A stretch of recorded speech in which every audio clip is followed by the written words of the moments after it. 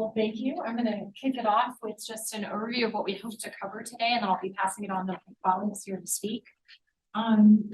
First and foremost, while we're going to cover some topics related to our transportation system plan and our initial findings during this existing conditions analysis, we're also going to talk a little bit about the adjacent planning work that's underway, our maintenance, our system maintenance plan, and the state of our current fiber master plan implementation. And we're going to cover some of the top customer concerns that you all hear from council or from your constituents and that we hear from the community. And share a little bit of data and steps. So overall, what I hope to accomplish here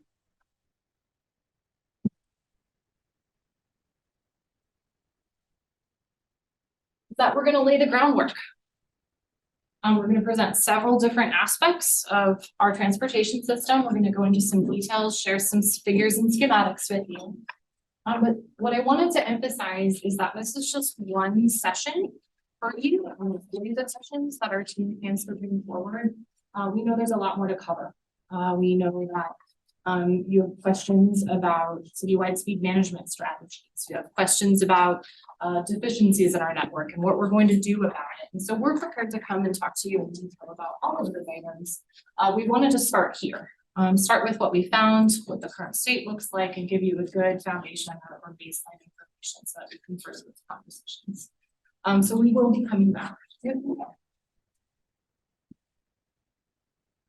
So for the first topic, I'm going to hand it over to our city traffic engineer, Master Hussein, who will cover our transportation system plan and our key takeaways.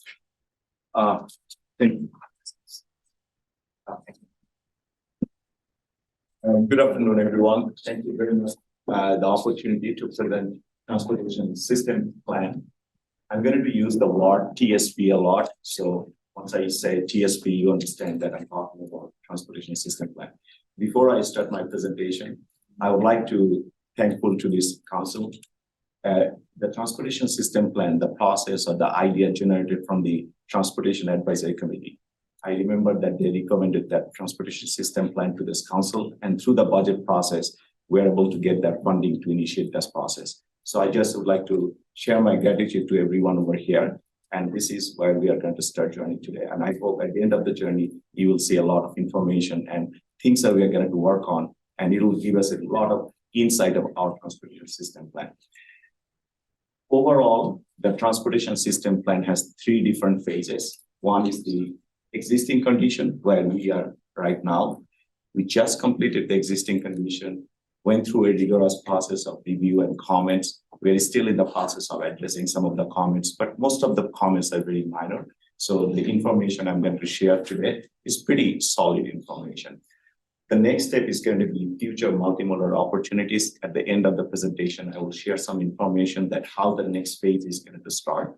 And then last phase is going to be transportation system plan development. We hired a consultant, Kinley Horn, who is helping us to conduct this study. A lot of pretty much everyone from Public Works has been involved at various levels for this transportation system plan. Around $600,000 has been budgeted for this one. We are pretty much, by the end of the project, we will pretty much build, we're going to spend this amount of money that has been allocated to this project. Again, we started with $500,000 project, but we added a few gaps. We identified a few gaps and few information that's something we recognize that needs to happen as a part of the system plan. And we added those into our scope of work. So pretty much we're going to reach to $600,000 at the end of the journey. I would like to provide a very high-level transportation system plan information, you can say. The land use and travel demand, it's actually a recurrent relationship. So land use define where exactly the travel demand is going to be, and travel demand by various modes. And when the demand gets generated, then we as a Public Works identify the transportation system that we need to support that travel demand. And the evolving transportation infrastructure also generates a lot of demand, and that also shapes the land use. So it's pretty much a cycle that goes from land use to travel demand, going through the transportation facility, and that also helps to define the modes of our, defines the different land uses that we normally see around us. Just think about it this way. Micromobility was not part of our system before, actually. So once the micromobility start part of our system, the transportation infrastructure needs to develop in such a way so that it supports the land use, also supports the infrastructure itself.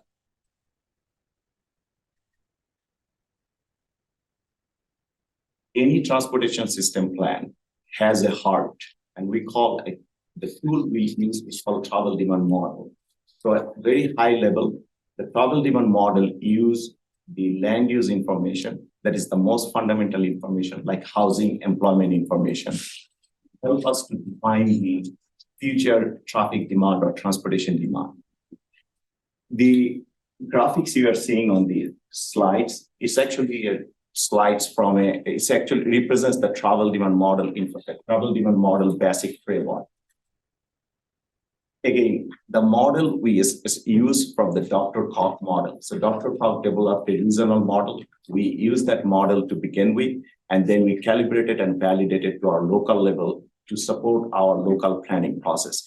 Again, I'm just keeping at a very high level. There's a lot of technical information goes into that. However, the main information that use the land use as begin with infrastructure information, then it tells us that what exactly the transportation demand is going to be in future and what level of infrastructure we need to support those demand. So that's actually the main crux of the purpose of this model.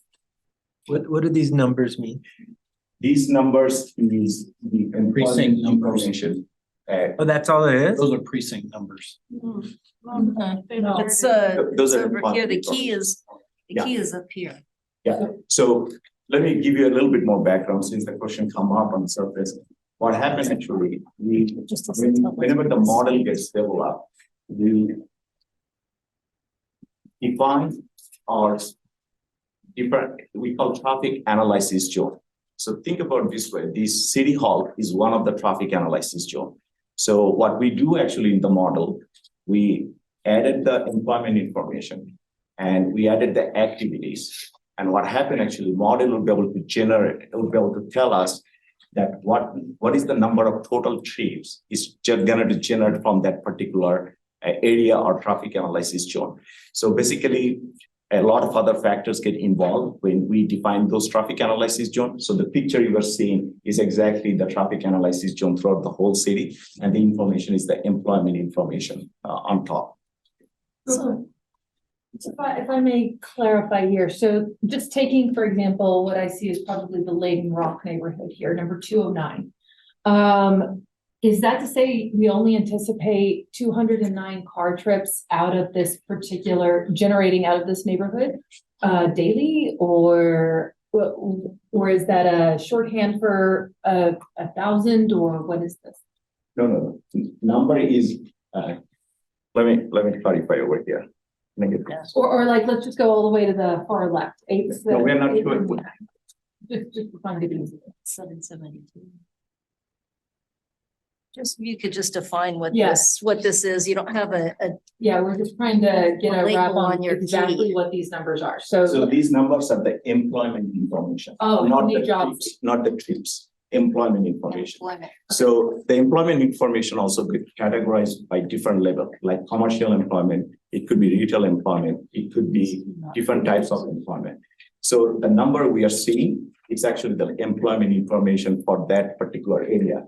So if I use my hand over here, if you see that particular location over here, bounded by this area, there are 665 employment down there. So the model use housing information as well as employment information together.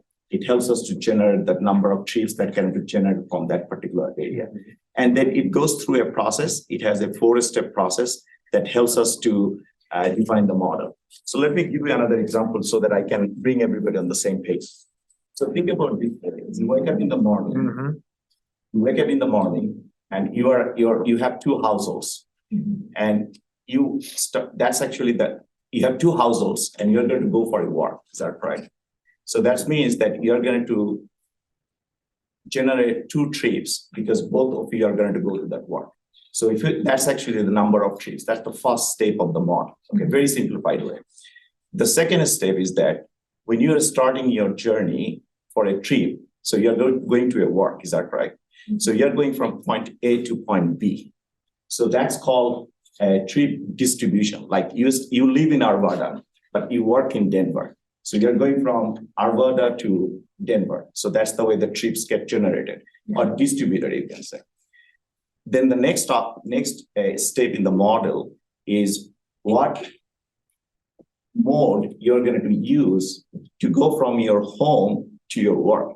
Either you can choose your own vehicle, so that's what we call single occupancy vehicle trip, or you can choose your bike to ride to the Denver. So you choose that mode. The next step is that model look at which is the best option for you, which route you're going to take. Are you going to take Ralston Road, or you are going to take some regional corridor to go from Arvada to Denver? So those are the four steps that model look at and identify a various travel patterns and demand. So that's actually a very simplistic way that we look at the model. And so these numbers that we're seeing on this map are a score number of all those factors that you just described? No, it's just the employment number of employees, number of employees that. Employees, Yeah, okay. number of employees. Okay, got it, thank you. Employees. That explains why this little bubble, tiny little one on lot is 960. And there's one that doesn't have any. Yeah, there's one box that doesn't have any. There's one box that has 0 next to 120, see it? It's empty. It's right here. Oh, It's over here. Yeah, that could be a pure residential area that doesn't have any employment at all.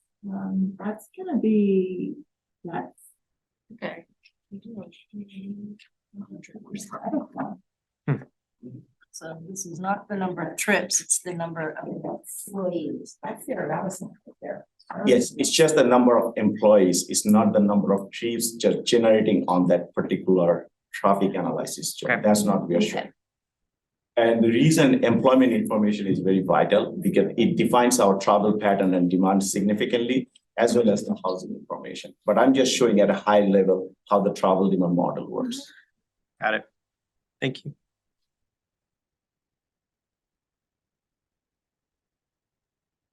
So the next, there are multiple analytics that we are showing over here. The main objective of this slide is who is moving around Arvada. So I'm going to just start from the top.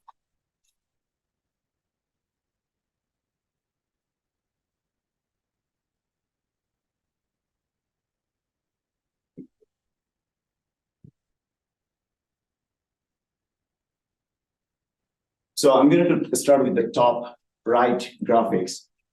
This is called household vehicle ownership. So you can clearly see in Arvada, 70% of the people has 2+ vehicles. 26% people has 1 vehicle, and there are 4% of our residents doesn't have any vehicle. That's actually very important information. So if I now look at the bottom left graphics, it shows that 61%, so the first circular or pie chart is the mode share of trips starting in Arvada.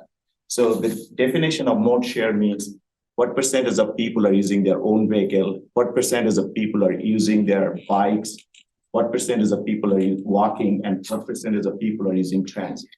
So 61% of our total trips, it serves the all purpose of trips. So 60% of the total trips using is a drive alone trips. That means they use their vehicle to serve their daily travel needs. Carpool is 26%, walk is 9%, bike is 2%, and transit is also 2%. So if you look back the vehicle ownership percentage, you see that there's a high percentage of residents has a 2+ vehicles. That means they rely on their own vehicle to meet their daily travel needs. So if I look at the next pie chart on the bottom, mode share of trips ending in Arvada, it's pretty much the same percentage So the trips starting in Arvada, ending outside of Arvada, versus the trips starting outside of Arvada, ending in Arvada. So it's pretty much the same percentage that.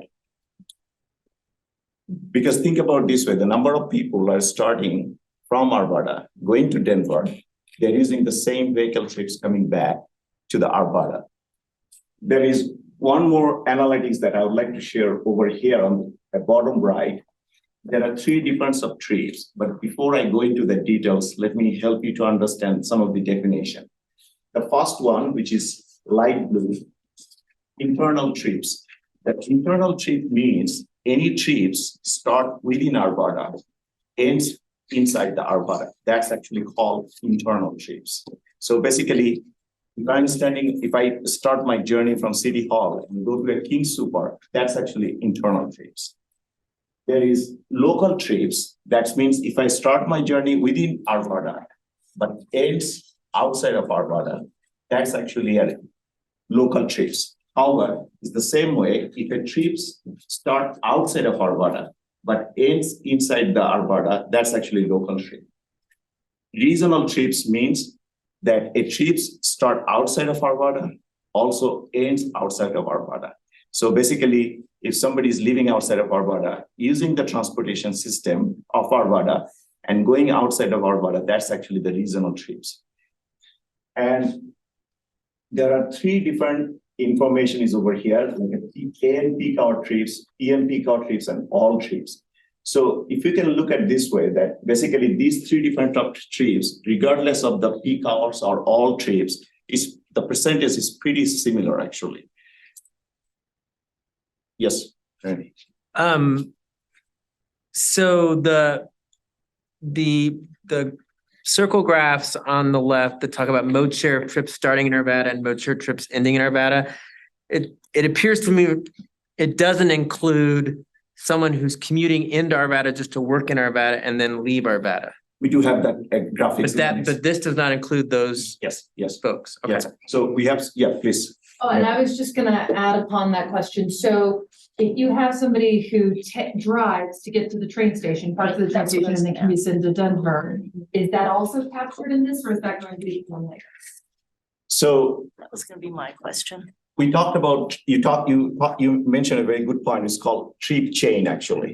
So the trip chain maybe has represented over here at two different trips. Think about this way.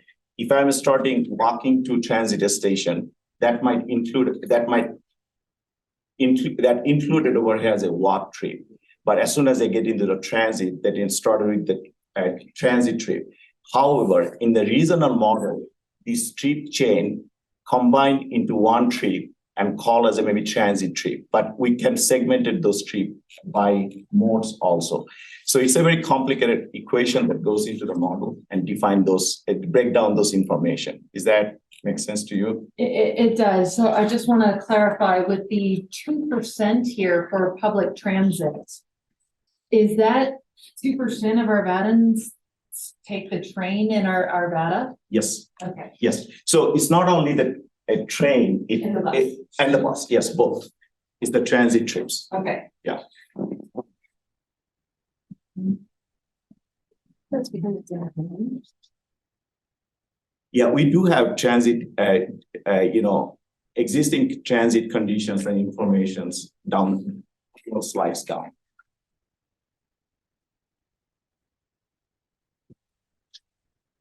Is that good? Yeah. So this slide is showing the relationship between the employment and the community trips.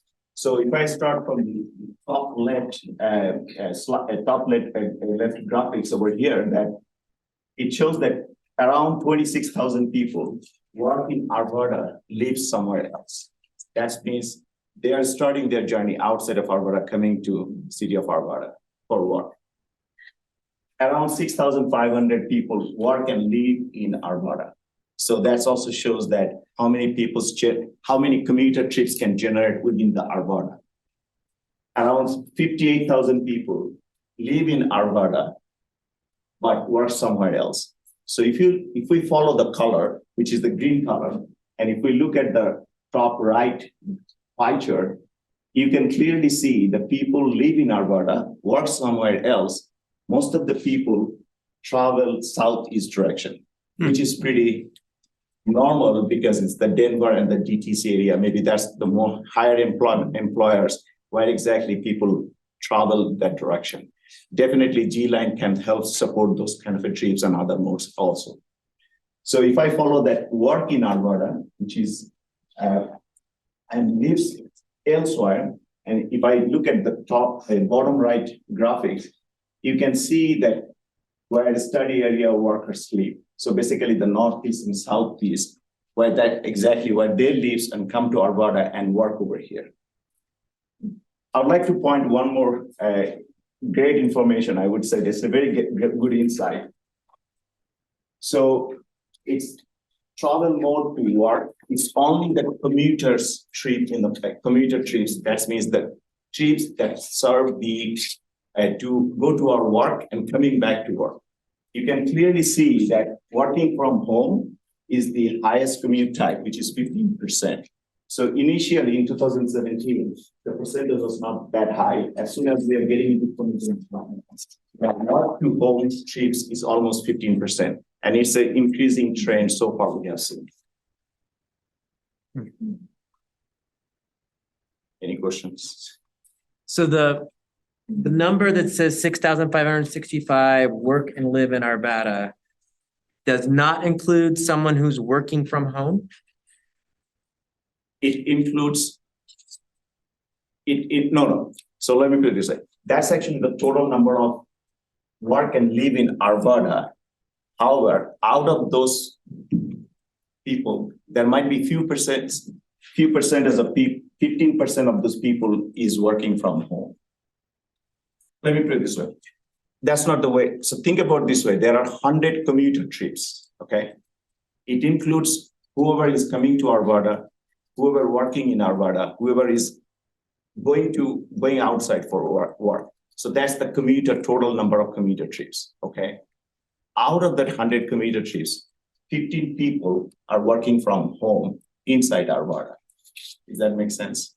So they're working from home in Arvada, but their employer may be outside of It could Arvada. be employed anywhere. Yeah, Okay. yeah. They would Yeah. fall in that 57,960 It could category, Yes. right? fall into it captures the total number of trips, not particular to who lives in Arvada only. And where they work. Yeah. And who their employer is. Got it. We were mentioning how this is all linked to the latest census data because we're pulling from the regional model. Yeah, so this information let me go back to a previous slide so that we all can relate.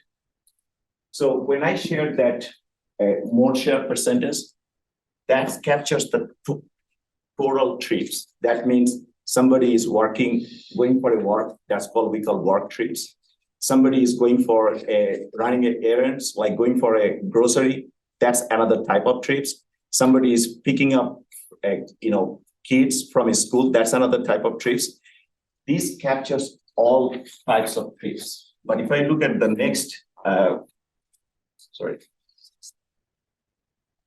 this captures only work trips. That means we go to work, come back home, that's the trips it's capturing, not all the trips that goes throughout everywhere.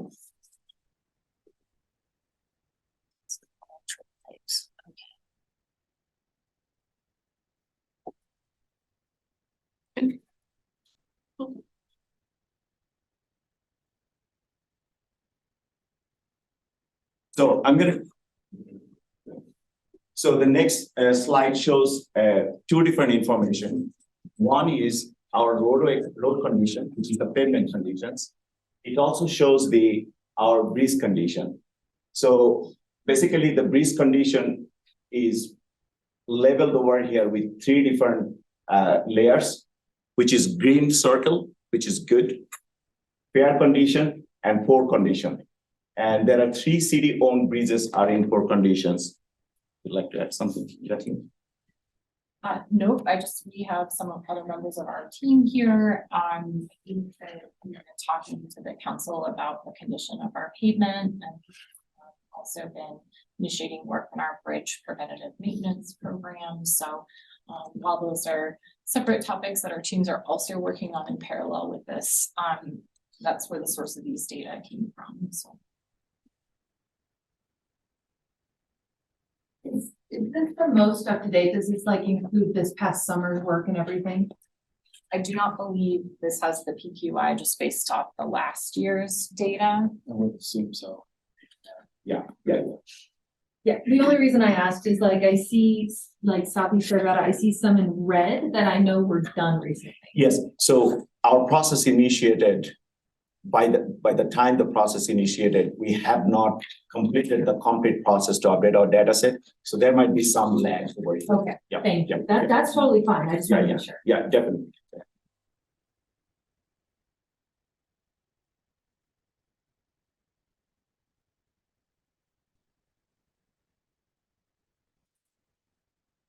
So we are moving the traffic conditions maps over here.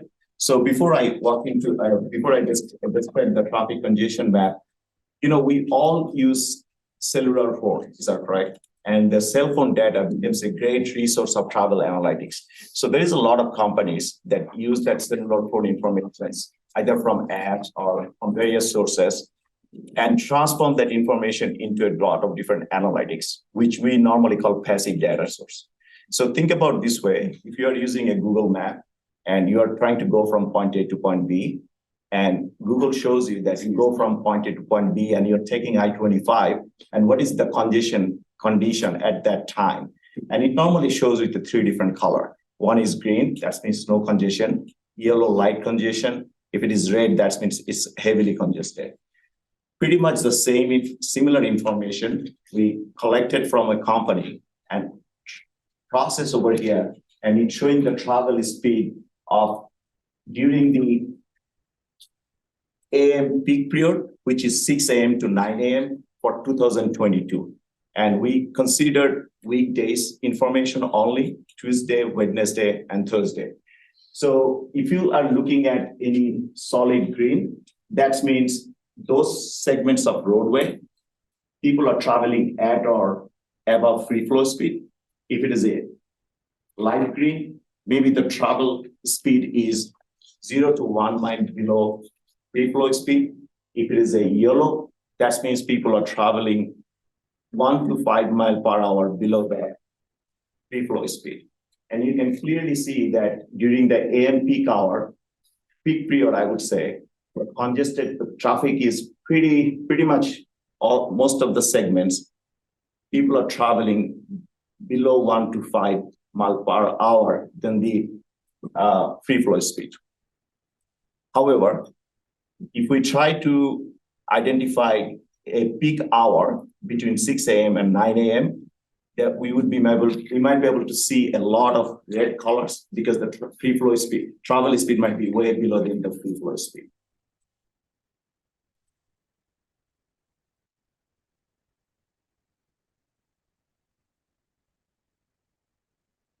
Is that good? So basically similar information, but the picture is showing for PM peak hour. You can clearly see the PM peak hour from 3 p.m. to 6 p.m.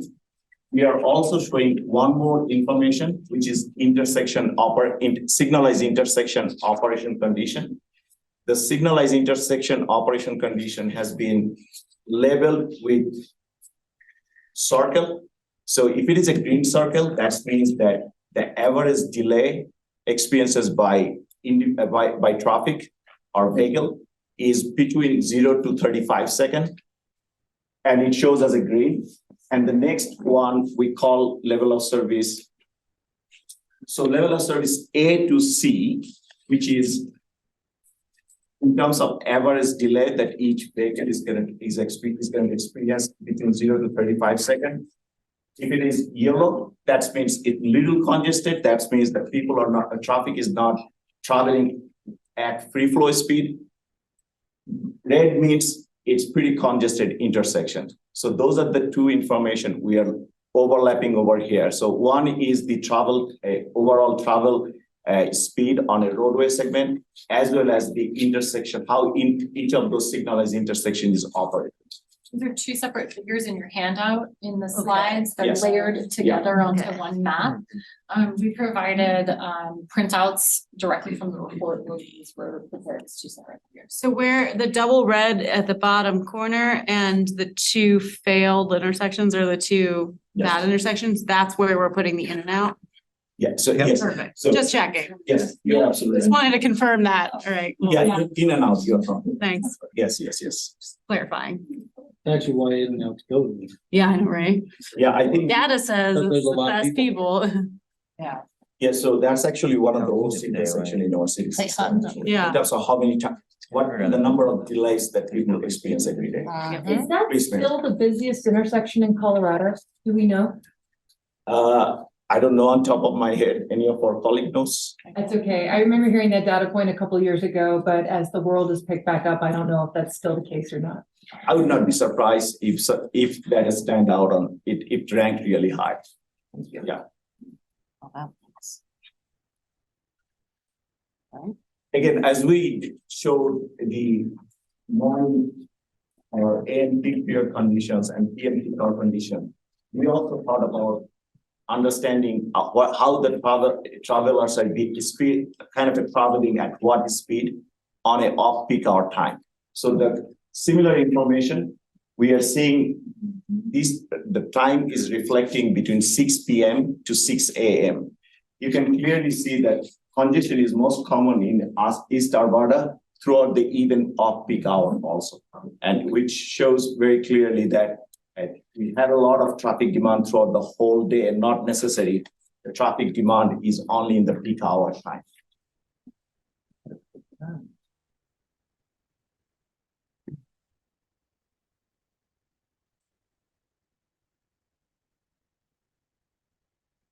So the next graphics you're seeing on the right side is the truck traffic. So we use the truck traffic counts information and mapped where exactly the most of the truck traffics are traveling through our network. You can clearly see that most of our higher classified road is carrying a lot of truck traffic. However, we hear a lot of citizens complain about truck traffic because it doesn't follow the truck traffic route. One of the reasons that we included this task in our transportation system plan, because we would like to identify the proposed truck routes, and most likely we would be able to enforce those truck traffic routes to ensure that our neighborhood are safer than what, because we hear a lot of complaints that truck traffic doesn't maintain their truck routes, but we don't have a designated truck routes in city of Arvada. So hopefully this information throughout the whole process, at the end of the day, we would be able to define our truck traffic routes and enforce it also.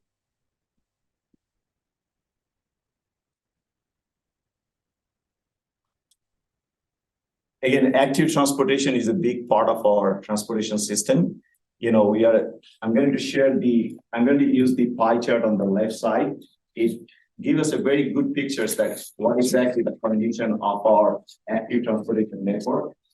You can clearly see that 85 miles of our roadway system has sidewalk on both sides. Maybe 27 miles of our roadway system has sidewalk on one side, but you can clearly see that 48 miles of our roadway does not have any sidewalk. Again, I would like to remind some of the analytics that I shared at the beginning. Remember that our community is heavily reliant on their own vehicle to serve their travel, to meet their travel needs.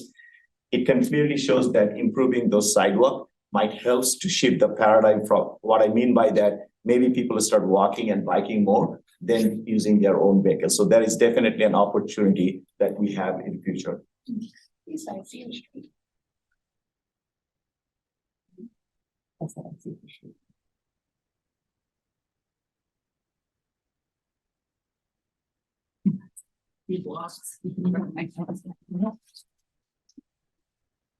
Yeah, the next graphics you are seeing right now on the screen is the pedestrian comfort level.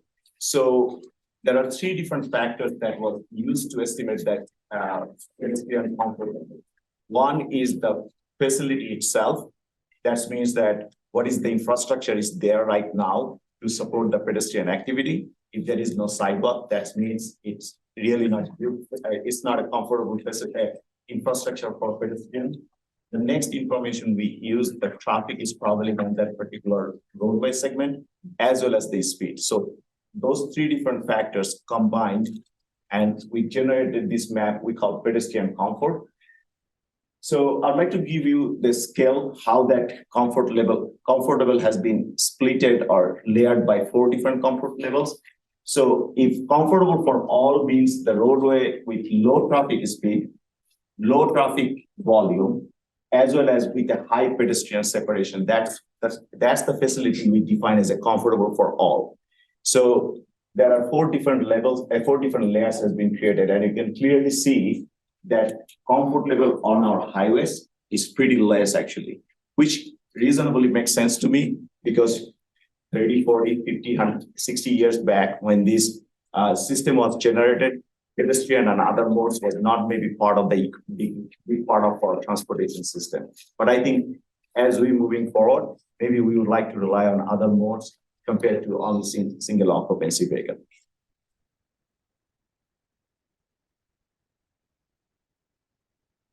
This is the existing condition of the current transit system.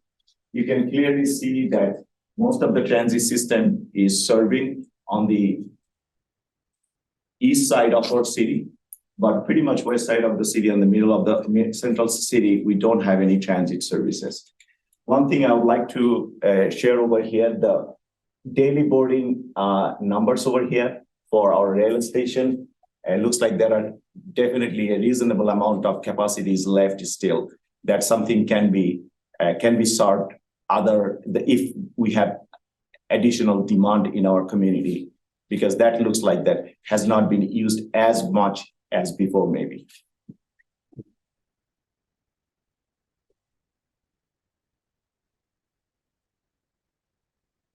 Again, transit, this is the maps you're seeing the transit propensity.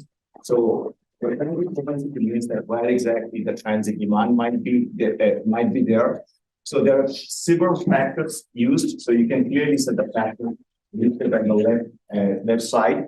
A lot of these factors has been used to identify the transit propensity score. So you can clearly see on the east side, we do have a reasonable transit services, and the propensity is reasonable also, I would say.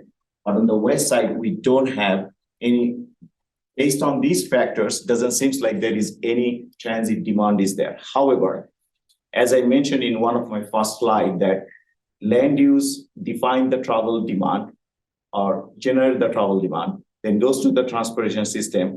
But our modes or transportation mobility can also driven the land use. So if we start changing the land, if we can start changing the land use on the west side with a lot of mixed development, a lot of different things, we might be able to generate for demand for other modes also. So it's actually a cycle that can help also. Are we going to be able to, speaking of that, with all the transit-oriented development happening along Ralston Road right now, are we going to be able to kind of have a baseline and then see after, Yes, that is all finished to how that changes over time? Absolutely. So we are talking, because as I mentioned at the beginning of our transportation system plan, that we have 3 different phases, existing, then, our next multimodal opportunities. We're going to look at 2 different land use scenarios. So we are talking with our community and economic development department also, seeing what kind of a land use needs to be changed, or our zoning needs to be changed, so that we can start seeing those other modes start generating.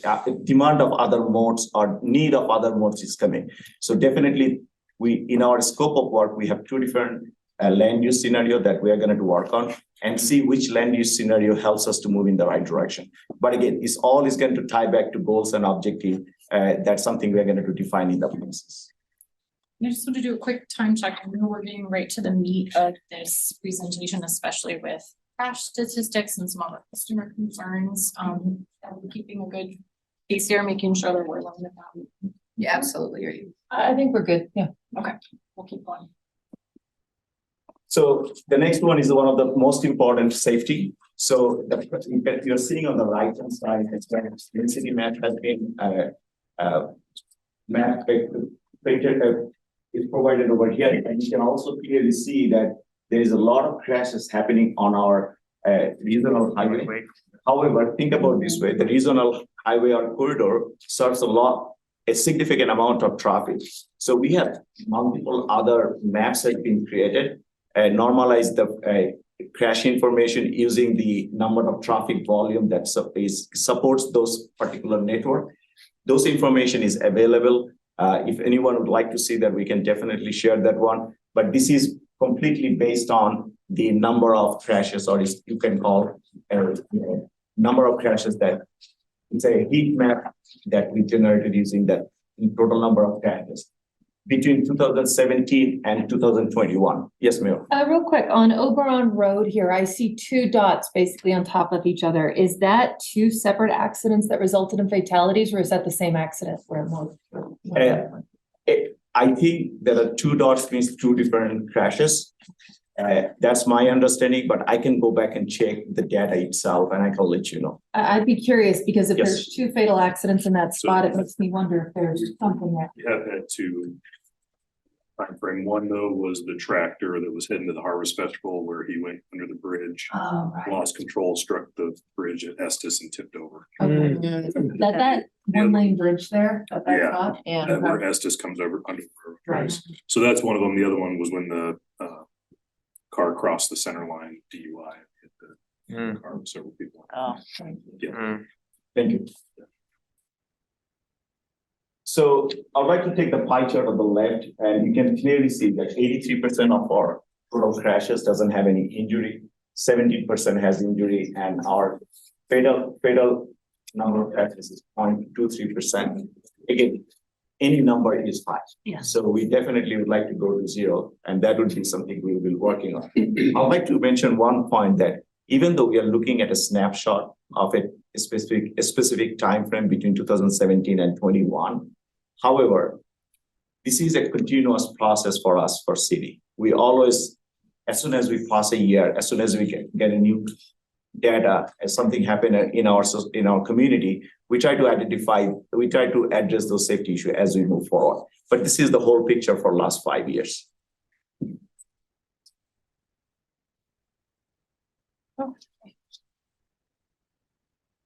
So within the crash data, crash related to pedestrian and bicycle is very important.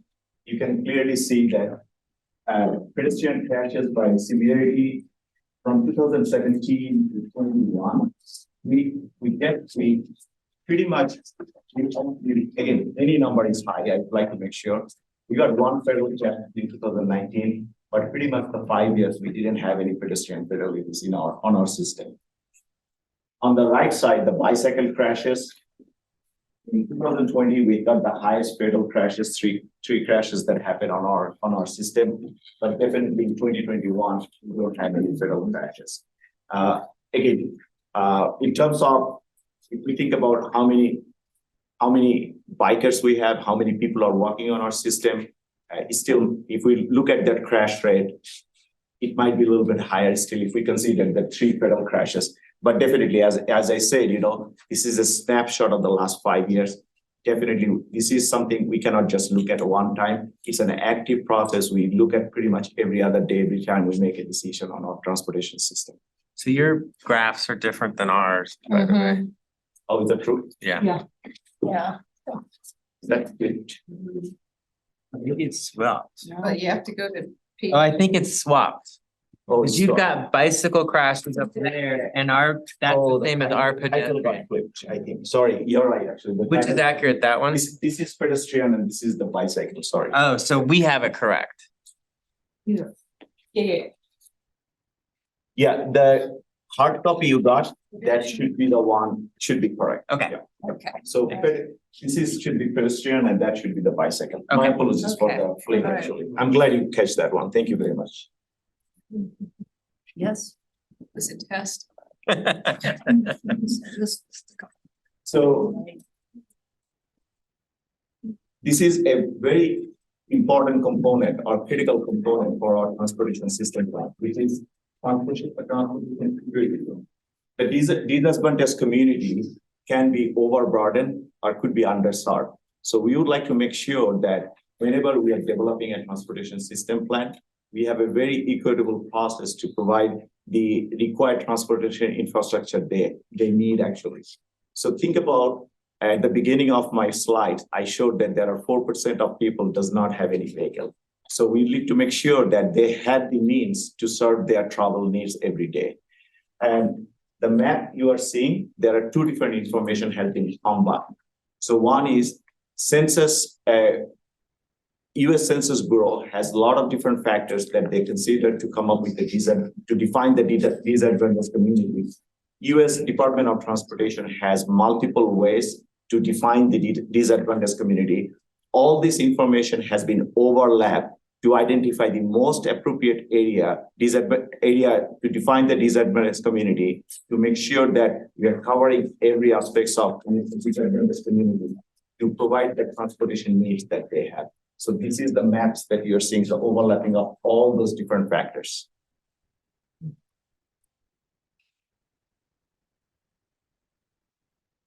Again, as I said, transportation system plan has three different steps, but throughout the whole process, we have a significant community engagement. So this is a community engagement map, pin density you are seeing. You can clearly see throughout the whole city, we have received almost 1,300 virtual responses, and pretty much the community engagement was throughout the whole city. It's not concentrated in one place. So when we summarize all this information, you can clearly see that almost 47.5% of the total out of 100% has some concern level in terms of safety. Again, when we try to read all those details that are the feedback we have received through our community engagement, the safety aspects pretty much all over. It could be a traffic operation, it could be pedestrian, it could be bike. So safety is a part of, and in many cases, that the interpretation and the feedback that we have received from our citizens, sometimes it ties back very closely to the safety. I think it's the nature, sometimes we get that nature of feedback. It pretty closely captures a lot of areas. So it's not necessarily that our safety issue of our transportation system is as bad as it could have been compared to other jurisdiction. But definitely, as I said, safety is such a thing that we cannot just think about one day. We have to work on every day, every decision we make for our infrastructure. So again, you can clearly see, we just completed the existing condition. We are moving into the future multimodal opportunities. I'd like to give you a quick highlights what would be the future multimodal opportunities next step. As many of you maybe know that City of Arvada has a comprehensive plan adopted in October 6, 2014. And in that particular multimodal comprehensive plan, we have a multimodal transportation plan. And there are 5 goals and multiple policies already been established. So when we are going to define our next step, which is the goal, objectives, and evaluation criteria, we are going to start with those goals and policy, and then we are going to refine as we move through the process.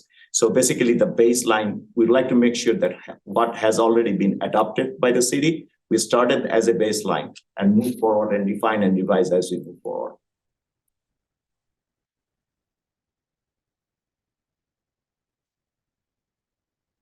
Again, as Jacqueline said that, transportation system plan will yield a lot of capital improvement projects. It's helping us to understand the system level, also identifying a lot of projects that will be coming up. However, plan is transportation system plan focusing in one aspect of our transportation system, but our ongoing maintenance and operation is also a big part of our transportation system. So I would like to provide a quick overview of some parallel initiative that's underway right now. One of the parallel initiative is traffic signal maintenance plan, and the second one is the fiber master plan update and signal connectivity. So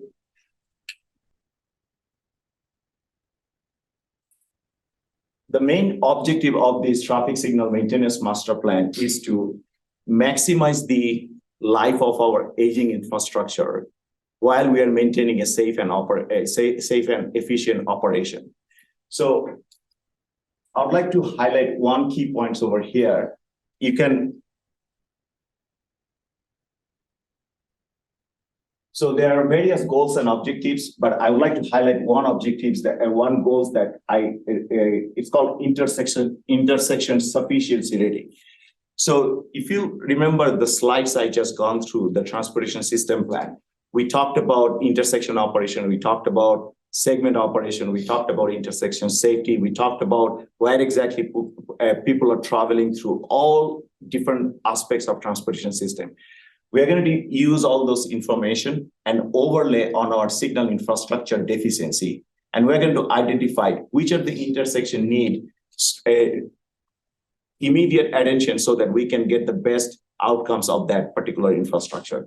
So basically think about this way, 52nd and Wordsworth, because that's a busy intersection, even though it's maybe an intersection owned and operated by our CDOT, regional agency. However, we would be able to provide some feedback to them saying, there's a lot of traffic moving there. There's a lot of safety concern, how we can coordinate and collaborate with them to make a better safety for that particular intersection. So we're going to look at all the signal at the intersection throughout our city. And at the end of the day, at the end of the process, we would be able to define our near-term, midterm, and future projects that something is going to help us to prioritize our improvements. So if I just give you a quick example of the near terms, you can clearly see what we are trying to identify and prioritize those assets that have reached the end of life or obsolescence and reside at the highest volume intersection that would cause the greatest impact to the roadway user upon failure. So basically, we are going to prioritize our process and our efforts and where exactly the best benefits that our citizens is going to receive. And then we are going to go step-by-step process. So this traffic signal maintenance plans definitely is going to help us a lot moving forward. Again, I'm pretty sure you are all aware of the fiber master plan that has been completed in 2017 and 18. We have a significant fiber network throughout the whole city, but has gone through almost more than 5 years based on the previous master plan. This is a good time for us to go back and check what exactly the master plan was about, how much we achieved, and what exactly the next phase is going to be. So again, we are still in the process of hiring a consultant. We got almost 7 proposals. We are going through a process right now to select a consultant and roll out these projects as soon as possible. But definitely outcomes of these projects is going to be a significant, it's going to give us a significant insight where exactly the potential of this fiber master plan. There are some risks, how we can minimize those risks, operational risks versus infrastructure risks. So we would be able to look at a lot of different things through that process. I gave you a very high level draft scope of work on the slides over here.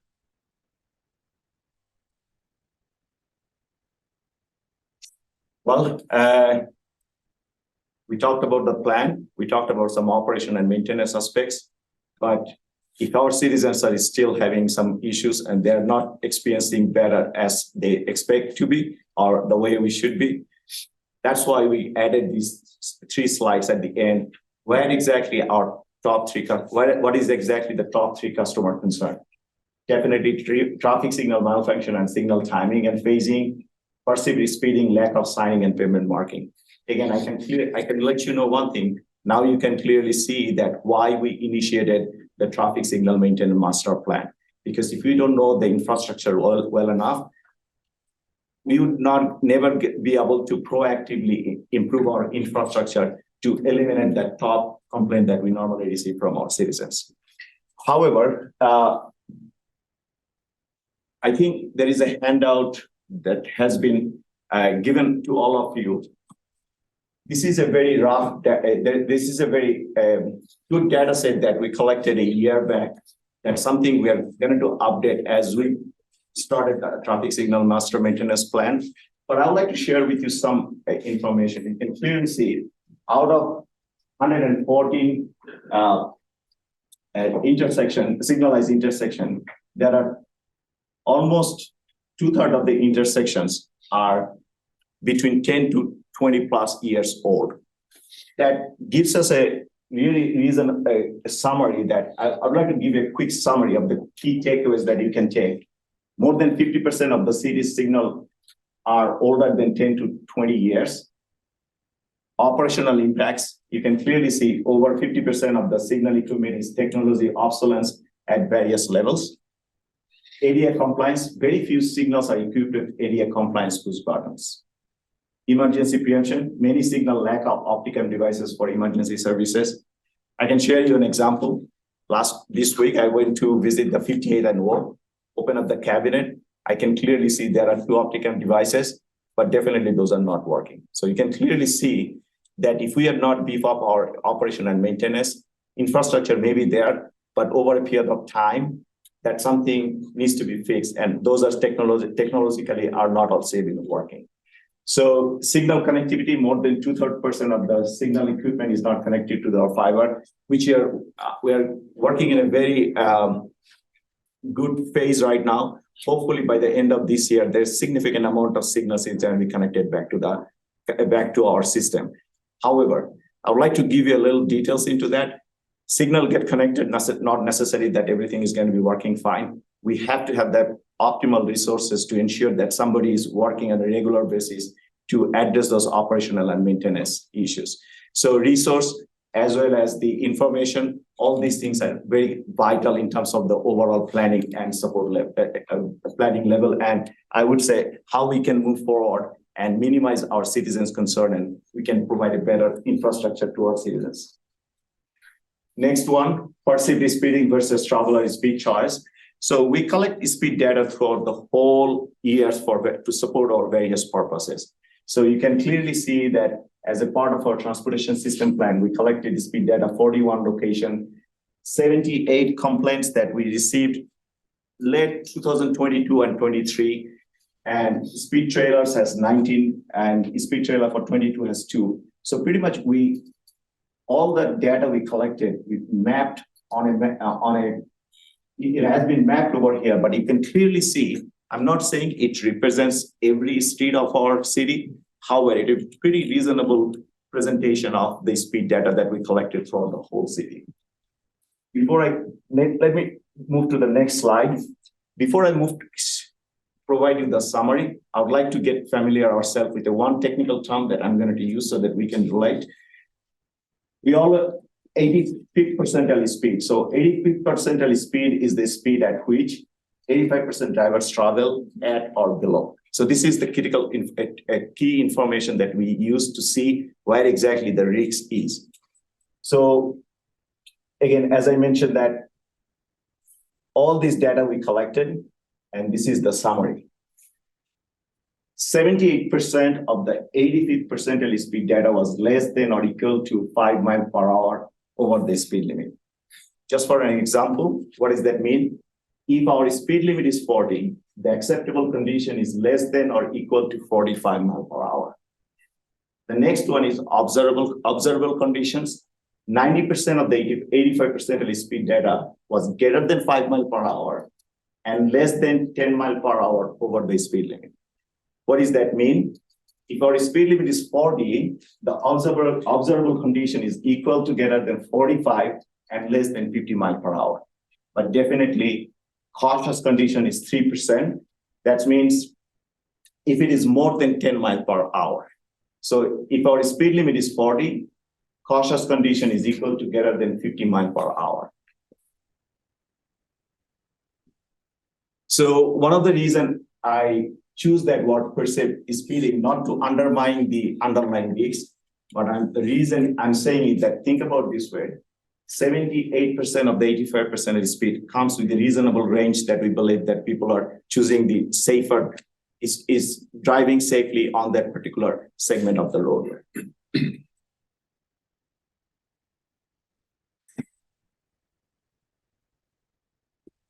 This is the third one. We get a lot of feedback or concern and complaints from our citizens regarding signs, pavement marking.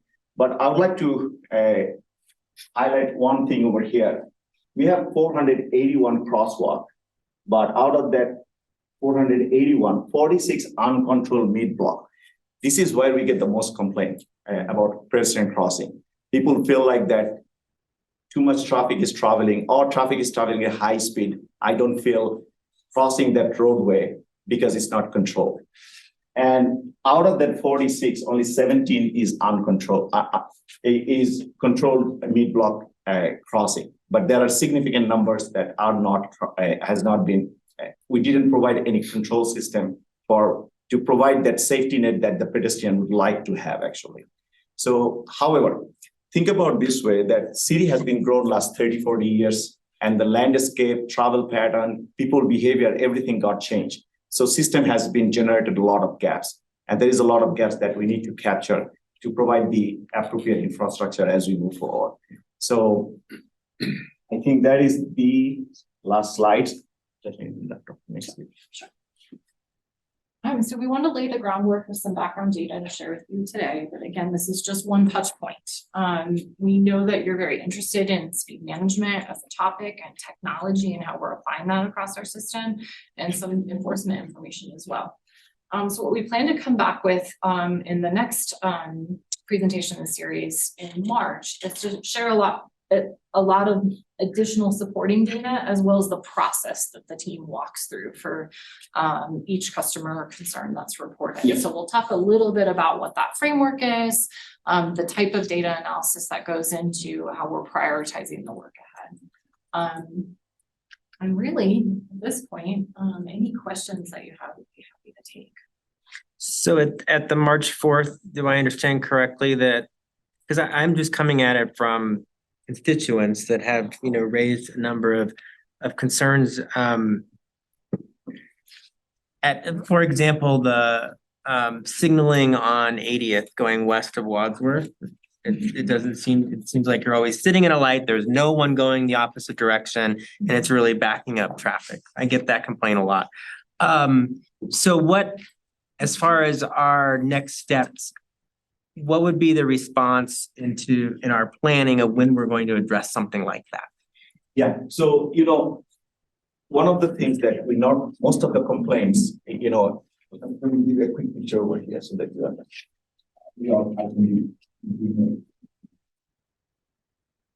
So the reason I call traffic signal malfunction, because there is a significant number of intersections doesn't have the appropriate detection system actually. And 80th Avenue is one of the oldest corridors. I remember sending an email to Mark there and I say the signal has been 40 years back. I remember the email back from Mark saying, I don't know that intersection is that old. Is that really true? So definitely 80th Avenue is one of the intersections that that's going to be our next project that we are already working on. But I would like to let you know, I think I remember mentioned before that we already received a $1.6 million federal grant. That's something we should be able to access pretty much in few months. And the whole 80th Avenue is going to be improved significantly with the federal fund money we have, as well as the general fund as well as the traffic signal rebuild fund that we have. So we allocated significant amount of money on that particular corridor. Again, so can I just make sure I understand, and I appreciate what you're saying, but as far as like the plan and when things are going to happen in the plan, we will be getting that information at the next workshop, or when will we be seeing that timeline and understanding when things will happen? So traffic signal maintenance plan outcomes will definitely shows us the overall plan that for intercity, but the need, there are several needs that we already know that is already there, and we are just in the process of addressing it. So that's why I say that 80th Avenue, right, the most oldest corridor, most of the signal detection system is not working, and we just have enough infrastructure, enough detection system at our position right now to replace those detection to take it to the next level. Again, it may not necessarily that going to happen tomorrow, but definitely I can ensure one thing, that one of the need that we identified long time back, that's why we applied for a federal grant, we received it. But in addition to that, we also allocated additional fund from our signal rebuild program to ensure that the infrastructure of that 80th Avenue get addressed sooner than later. Let me try and answer your question specifically. A prioritized project plan will be out from CSP. We'll be bringing that back to you in the fall. Okay. That will also pair some of our high priority projects with funding opportunities, which Right. was another question I anticipated we want to discuss tonight, is how we prioritize the work, how we fund the work. And that will not be covered in March, that'll be coming later. this year. Okay, That's great, what. thank you. I'm sorry to be late, so if you've already covered this, but I heard the planning commission is also doing a traffic study. How does their study overall? The state planning commission is also doing traffic study and like, so the partners on our TSP. Or how does our planning work align with other regional planning work? No, so our planning commission, like they're leading a study on the lights, the traffic lights and the timing of them, or is that not true that they're not doing that? Well, Councilmember, if I understood correctly, a lot of time, planning commission receive a traffic, is that traffic light study? I think I know where you're going with Yeah, this, yeah, and you're yeah, I talking about the think so. transportation system master plan. Yes. Which is being led by an independent consultant hired through our traffic consultant through Mazda's team. The lead of that also happens to sit on the planning Okay, commission, so yeah. he is his two different hats. right? Okay. So, yeah, so Mike Griffith with Kimley That's Horn very is Right, product- right. is part of our transportation system master plan. Okay. Yeah. And then the other question I had was regarding one slide about the number of complaints of speeding. And then in 2022 and 2023, are those incidents of speeding compared to the complaints, or are those like the number of speeding trailers that we have out and around Data now? collection that our own teams. Okay. performed, Either proactively or in There it response to is. complaints, it wasn't meant to represent the total. Yeah. Okay, This is a continuous process for us, council members. That whenever we receive a complaint, we definitely go and collect the data pretty much in a few days and try to understand what is the state of that speeding. And that summary we shared that significant percentage of we found that the speeding was reasonable. The traveler is choosing a safer speed than what sometimes we hear from. so the speed trailers like that you deployed, the results from that is the 85th percentile data that you just showed us? Yeah, I would like, Arvada, Kelly, if you can highlight the Sure. trailer. Yeah, so it's actually three of us in this room all collect our own speed data, but we have recently started sharing with each other, which Yes. is nice. Okay. Oh, you're doing that too? Perfect. Okay, great. Crazy. So that helps. We have it in several different spots. I know for the PD, we started deploying our speed trailer sometime in 2021 is when we got it ourselves. So if we get complaints, we'll put it out, get our own data. I review it now. It used to be the commander that was over traffic prior to me. And then we make those decisions on, enforcement based on that information. Since 2021, we've received 64 complaints, or at least we put the trailer in 64 spots. Oh, got it, okay. Some of those complaints are actually internal. I'll have traffic guys say, hey, can we throw the trailer over here? It seems like this could be a problem. So it's not always just coming from citizens. Sometimes it's coming through Ask Arvada, sometimes it's, phone calls into dispatch, whatever. And of those, we had 9 locations that actually warranted some additional enforcement Okay, out of the 64. We get other complaints too, and I've got some other information, probably I'll fold into the March 4th Okay. Meeting to go a little deeper into that. Kind of how we go through that process. thanks for explaining that, because those numbers on there, I was like, what does this mean? I don't know Yeah, what well, the. It's hard because, John and I have been talking for a long time. Mazda and I have been talking for a long time, and then we kind of started realizing, hey, we're all duplicating some of our own same efforts. So let's and that was a couple of years ago, we finally started sharing a little better info. So. Okay, thank you.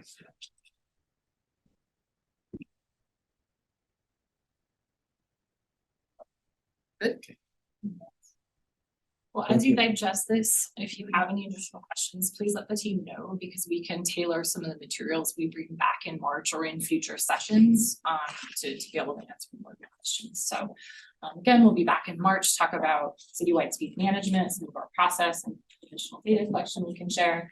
And then later in the year, we'll be coming back also to talk about more of the TSP outcomes and some of the priorities that we're seeing fall out of that work. Thank you, Sean, just because you came in, this was just to give the things that were hard to read on the screen, you could blow them up, so it didn't follow the presentation, so the detail, more of the details are in the presentation than in this book, but this, you can see the maps, so. Yeah. Okay. I was trying to follow page long. Yeah, I figured as much when I realized the pages didn't match up. Yeah. Thank you. Thank you. Thank you.